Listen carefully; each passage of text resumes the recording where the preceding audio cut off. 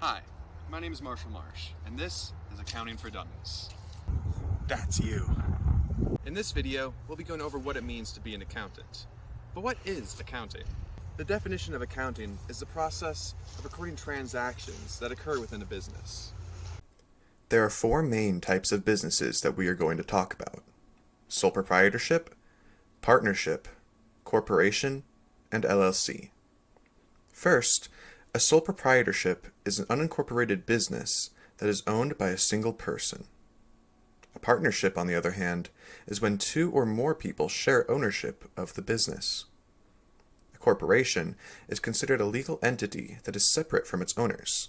That means it can own its own assets, be sued, and incur debts, all without affecting the owners directly. Finally, a limited liability company, or LLC for short, is a business structure that offers limited protection to the business owners. Wow, that was really informative. But what about the different types of accountants?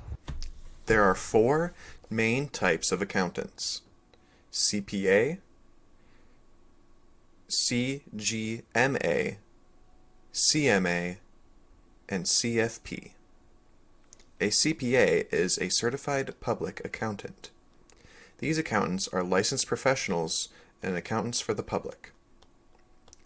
A CGMA, or a Chartered Global Management Accountant, has knowledge in finance operations and strategy in management. A CMA, or Certified Management Accountant, specializes in accounting and financial management. And finally, a CFP, or Certified Financial Planner, works with individuals to help budget and manage their finances. But no matter what type of an accountant you are, you always have to follow the same rules, the generally accepted accounting principles, otherwise known as GAAP. There are 10 main principles in the GAAP that all accountants must follow unless specified otherwise. The first is the principle of regularity. The organization's accounting adhered to the standards of the GAAP. The principle of consistency is when the organization's accounting practices are consistent and comparable every reporting period. The principle of sincerity is when the organization's accounting is accurate and correct depiction of the financials. The principle of permanence of methods, where the organization's accounting practices are constant across all financial periods.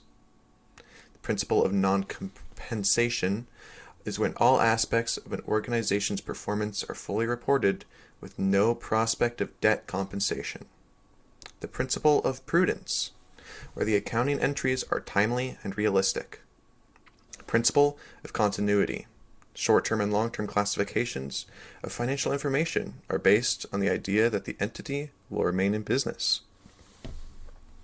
The principle of periodicity is when the accounting periods are regular, routine, and consistent. The principle of materiality assets is when assets are valued at cost and all financial reports are based on truthful information.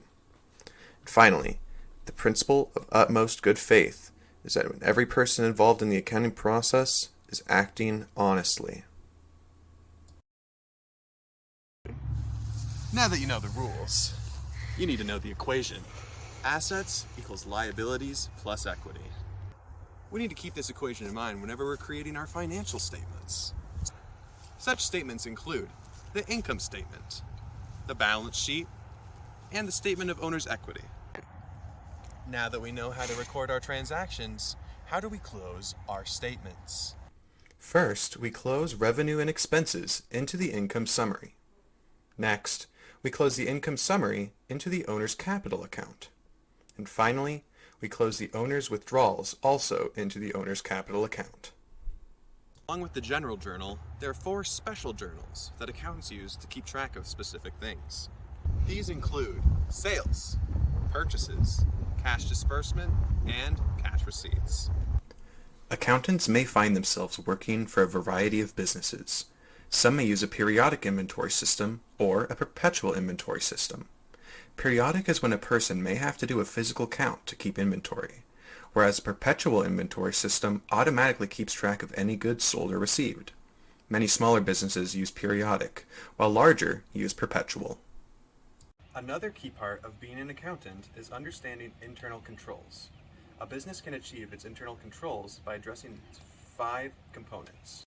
These components are C, control procedures, R, risk assessment, I, information systems, M, monitoring of controls, and E, environment. And those are the accounting basics. As much as I'd love to keep talking to you about accounting, we are unfortunately out of time. Have a wonderful day, and thanks for watching.